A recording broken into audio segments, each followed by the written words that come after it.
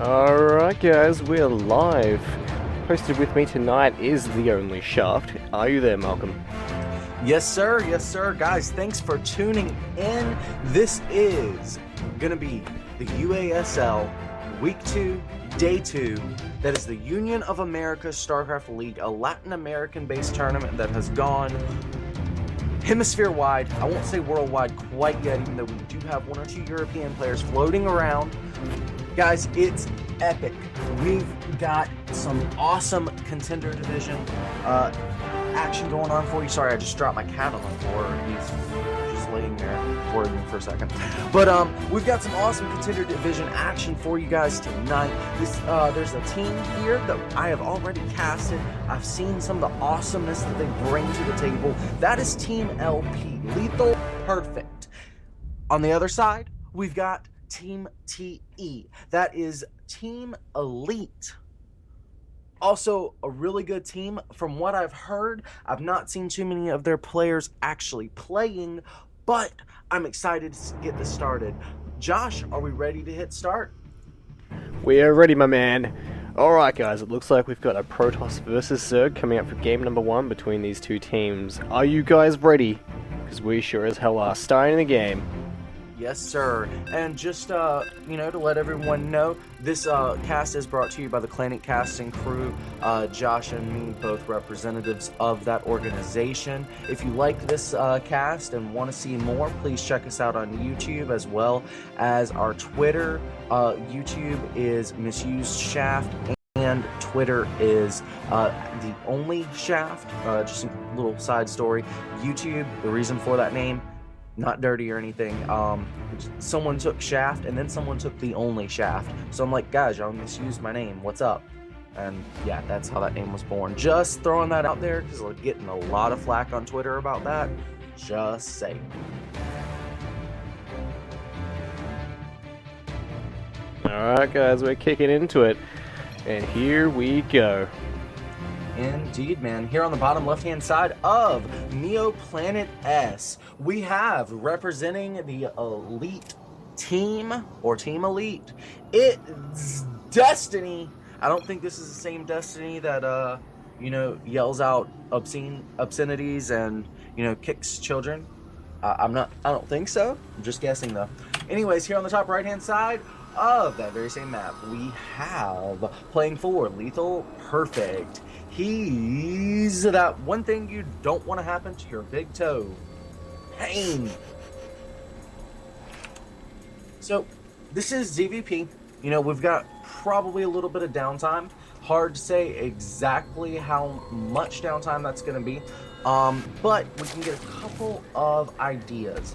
One of those ideas would be this pylon here at the front of the Protoss Natural. That does tell us it's going to be Nexus first or Forge first, which means the Zerg's going to be taking gas around like 7 minutes, getting a third base really quickly, 6 or 7 minutes, and then moving into a mid-game kind of composition, so we shouldn't really see any aggression here before the 10-minute mark.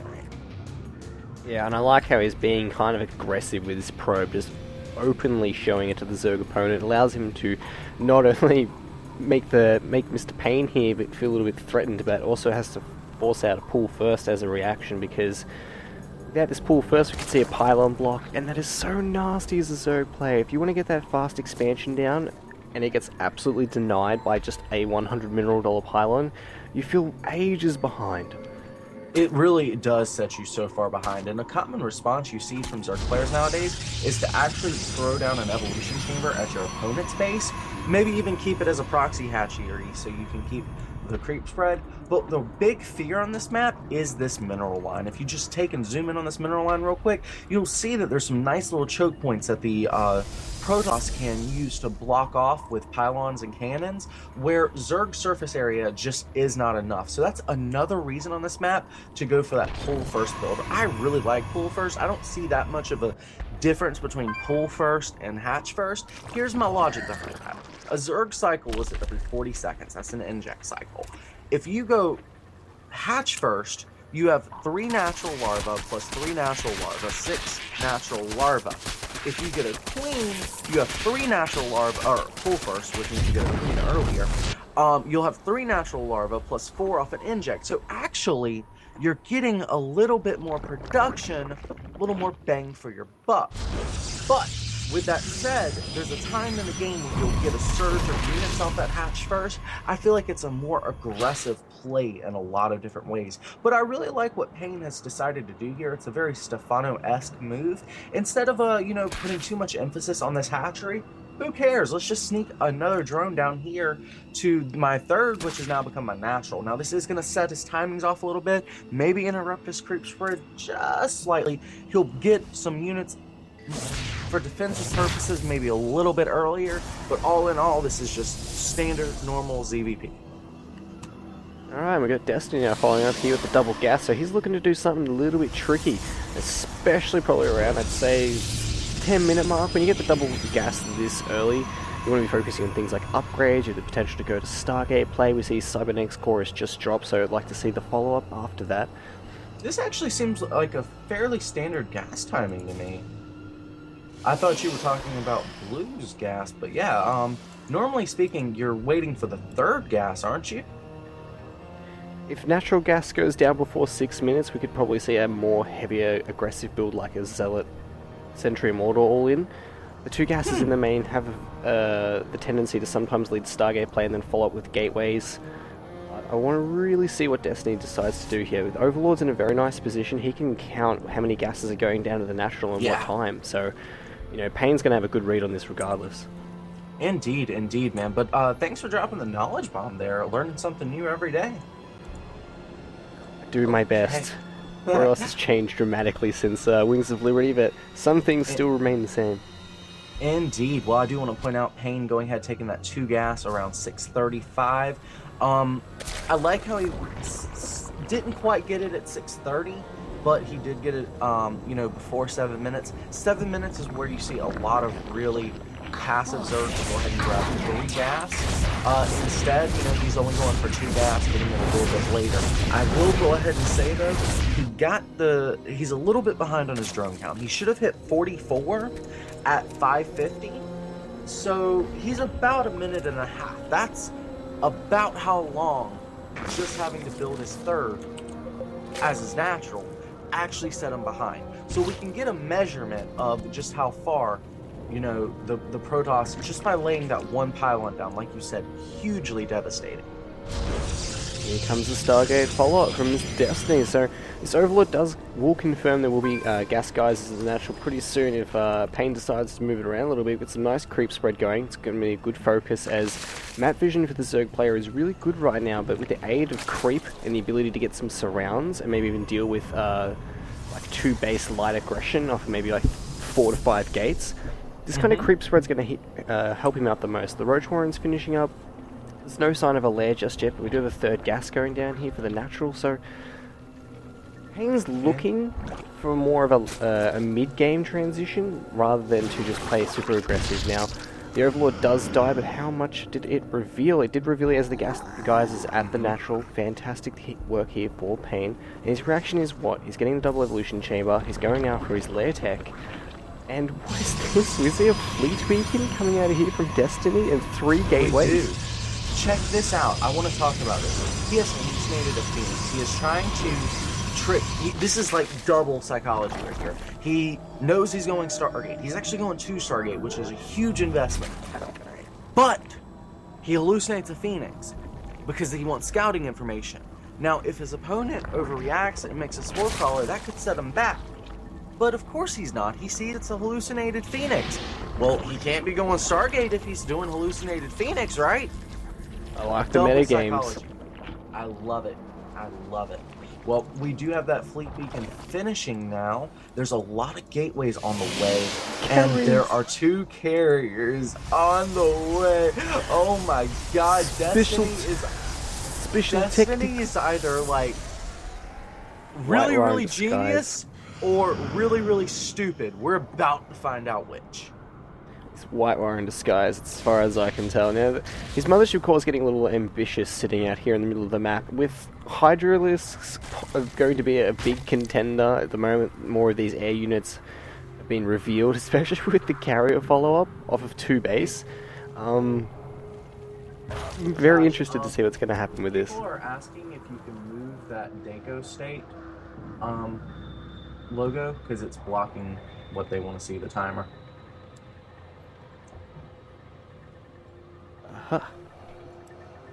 Alrighty. Easy to... So we've got a Hydralisk Den now starting up Hydra range for those really, really slow units. Also getting roach speed as well. Good creep spread.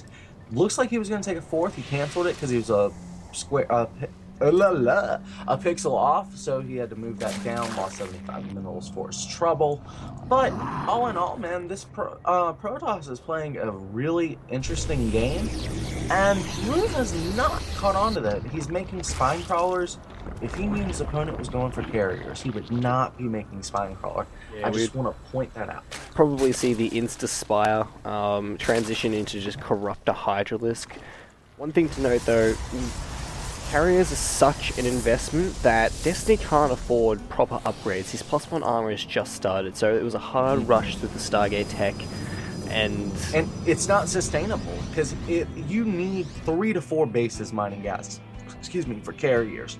The way he's done this off 2 gas with really fast or 2 bases, really fast gases on those bases, it basically says mid game or die.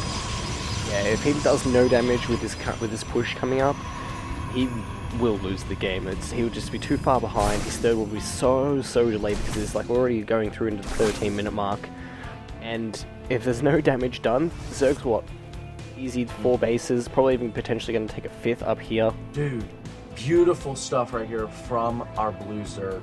What he has done here is he scouted with those lings, saw that many zealots, and said, oh shit, you have way too many zealots, and built 7 Hydras. Now he's building 4 Hydras. He's not seen the carriers, but he knows he hasn't been attacked. It's 14 minutes into the game. He knows his opponent doesn't have a third when he should have taken that third around 8.5, 9 minutes. So basically our Blue Zerg is droning with about half his larva, and then making army with the rest of it. And since he knows that his opponent is doing something wonky, he's favoring the Hydras a little bit more than the Roaches. Now we do have Immortals coming in. They are going to help melt the Roaches. The carriers doing a very nice job as well. The Hydra is actually trying to target down a gateway. They are not focused firing to the carriers. Nice force fields there against Tanks. He's now lost a lot of that army, and that army's not even attacking. It's just kind of moving there. That is not going to play that situation. Now, the supply difference between these two players right now is basically, even supply. But the units lost tab is telling a completely different story. 5,387 units lost right now for Pain. Destiny, 10 times more cost effective with only 1,800 units. Whoa. Check out the 11 Spore Crawlers you just forced out over here by the third. That is ridiculous. Now, Destiny, I don't know how he did it, but that engagement worked for him. But basically the carriers were unscathed, the force fields trapped as many units as possible. These carriers just started destroying all the ground army. Now he's cleaning up creep, which is really nice. He's forced out a ridiculous amount of Spore Crawlers as there's this huge panic now to get Spire up at transition. The 4th base for Painting hasn't been mining really at all. He's just starting to slowly drone it up. Meanwhile, the 3rd base being secured here for Destiny. He's got those extra gas guys, and it can continue to start powering through now with extra Stargate units. Fantastic. Yeah, every base you get, man, that's 2 more gas, and 2 more gas really makes Stargates viable. Loving the gas. Okay, so Pain definitely focusing a little bit more on this 3rd than this 4th. I think he's taking this 4th as just kind of a risky base. He doesn't want to put too many drones down there or get too much of an investment, but one thing he does want to do is you build 8 drones to go to a base that you're only going to use for gas. 2 of those become extractors, so you're down to 6, 3 on 3. That's obviously what he's doing here. He's just completely forgotten. Good information. We've got the Vipers coming out now. Now this is where we're going to start seeing the Zerg composition really start pulling apart things like Sky Toss. Now, carriers are going to try and get away, and they're just going to get abducted like they mean nothing. Interesting choice to start ciphering energy out of the 3rd hatchery here. Not Yeah, sure about the that's. decision making. Maybe might even I transition love that that. into a lair. I love that. Look at all the queens he got right now. Look at the number of queens he simply got, period, and look at the energy on them. He can go just transfuse that all day long. And his Vipers are going to have full energy, and his queens will not. Which is exactly the situation you want to be in as a Zerg player here. So many energies to them Vipers. Alright, so look at the army compositions. We've got Immortals, Carriers, Archons, Void Rays, Mothership Core, all them other lovely essentials. And for the Zerg, 29 Hydralisks, 5 Vipers, that's at least 10 of Darks with full energy. 2 Overseers, a bunch of Queens, and 3 minuscule Zerglings that seem to be posturing on the left-hand side of the map, just trying to see when or if Protoss ever decides to go take a 4th. I don't think the Protoss is worried about a 4th right now. It would basically, he's got a launching platform on his 3rd base that allows him to attack both the 3rd and the 4th there in like a pincer attack formation. He does have to go mobile, and as you can see, he's completely comfortable running uphill on feet into a wall of spine and spores. He's like, yeah, sure, whatever. I've got Archon Carrier. What are you going to do about it? And we do see some good of Duck, but the Viper numbers are well down. And I'm pretty sure that's going to be the end of our Zerg player. He's feeling a world of hurt. Can't believe I'm witnessing this. He abducted the Carriers and the Archons kind of just went, alright, well if that's what you want to do, I'm just going to kind of, move over your army. And then the Archons themselves was basically the death dealers. The Carriers got picked off because of the focus fire, but the Archons with the AoE splash just wrecked every Hydralisk in sight. Indeed it did, sir. Well, we did have some people asking about the format of this league in chat, so I find this would be a perfect time to go ahead and discuss that. This is Pro League format. That means you have a best of 7 where the first 6 matches you're fielding a different player each match. The winner will pick their first player. Then the losing team will pick their map and next player. We'll host that up. If it goes to a game number 7, players are allowed to recycle 1 player. So any player that's played so far can play again in the ace match. Alright, so that does bring Team Elite currently to a 1-0 lead. Congratulations to Destiny with that strange carrier build. Is he going to be like one of those people that really starts to revolutionize PVZ, sorry? I would imagine so. If like things like this start to catch on and people realize it's viable to hold off 2 base or 3 base timings from Zerg with carriers just being their backbone of their army, and they don't lose too much, then I could imagine this starting to become quite an interesting strategy. Yeah, I can there's no becoming an interesting strategy. It already is. But I think it'll become a more popular strategy if, people become aware of it a little bit more. Did we ever fix that Dago State logo? Dago State. Yeah, we did. Okay. Just making sure. Alright guys, so we're going to play some music and set up the next game. Just waiting for Team Elite and Lethal Perfect to send us their next match. Well, before we go up to the music, I have a question for you actually. In the shoes right now of Lethal Perfect, who would you send up? Like what race and what map would you choose? Oh, this is so hard for it's a foreigner. You don't know the players, that's right. Exactly. What they would need, probably more so than anything right now, is a sniper player. Kind of someone that can just... Because they're going to get to know what their player is first, I suppose, so it's going to come down to who LP pick. Who TE pick. So if LP is sitting there and they're like, alright, they're picking a Terran. If they have someone who's really trained to snipe Terrans, I'd imagine they would take them and they would use their map of choice. So it really comes down to, I suppose, who's being sent up next from TE. Well, I want to give a shout out real quick to Zyong30, who says that was an amazing game. I agree with you, my friend. I agree with you completely. And also want to give a shout out to. Hold on, I just saw your message. Uh oh. And I've lost it. Sorry, dude. Yes, carriers are pretty overpowered. So I noticed that you've switched interfaces a little bit. Are you liking this new kind of minimalist interface? I am. It's interesting to navigate, and the hotkeys I'm not so used to, especially with the displaying the information, but give me 2 or 3 games. This is just one of the stock standard ones that comes up with Blizzard. Yeah, I've actually been working on a modified version of this I've been trying to send to you. On my modified version, if you hit F11 in game, it'll show you the different commands. But you've got a couple extra ones in my versions. We're gonna have to get you over using that one. Indeed, man. Indeed. Kildrick, yes sir, we are checking chat, just there's a 2-minute delay, so you don't really notice it. These guys are Masters level players, no problem. Gundam R's on.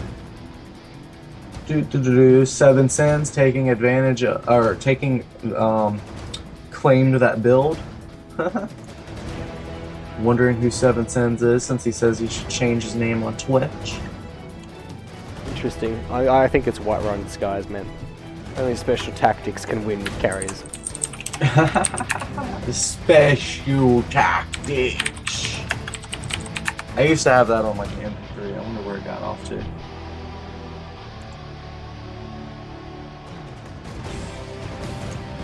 Well, we are just waiting on the map choice. So they're going to be using Ruslako. Is that how you pronounce that? Oh, Ruslanko. Those are. Someone told me on their team how to say that last cast. For those asking, Daco State is our sponsor. They are a Latin American gaming company. I believe they make some pretty good hardware. I've tested out, 1 or 2 of their products. They shipped them to us, but they're good. They're cheap. That's really what makes a big difference to a lot of people. What kind of quality product can I get, and how little money can I spend? If you're finding yourself, fitting in that niche, Daco State has great products. Just go there. Make sure you switch over to the English language version if you're listening to this cast. I assume that's your primary language. If not, they might have yours listed there. But, I hit English. Just saying. Alright, so one little interesting to note, we've got a PvP coming up, and it looks like Ruslako actually has a 67% win rate on ladder currently versus Protoss, as opposed to Havoc, who only has a 53% win rate. So this definitely looks like a bit of a snipe move here. Well, I saw Ruslanko put in this exact same situation on week 1, day 2. Dude is like the perfect sniper. He was also their ace player. So that being said, they're bringing out the big guns early. They might be a little bit scared.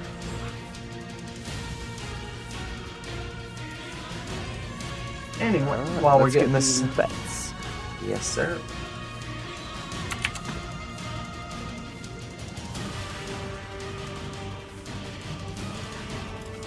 Oh,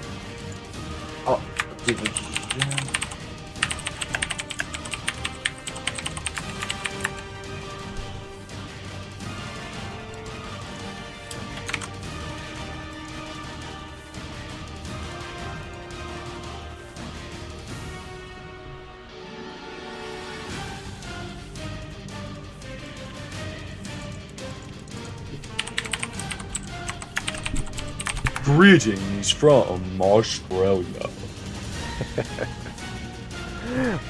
I pictured you with a monocle when you said that. A top hat. You can only do it with a top hat. And a little bit of Monopoly money. Oh, if only. I'd have to go. Alright. Sounds like the players are ready. Are you ready, Malcolm? I am ready. Well, guys, I want to go ahead and Let's get this game started. Thanks for tuning in. This is a production by the Clannic Cast and Crew. This is the Union of America's StarCraft League, brought to you by Shaft and Ninth Legions.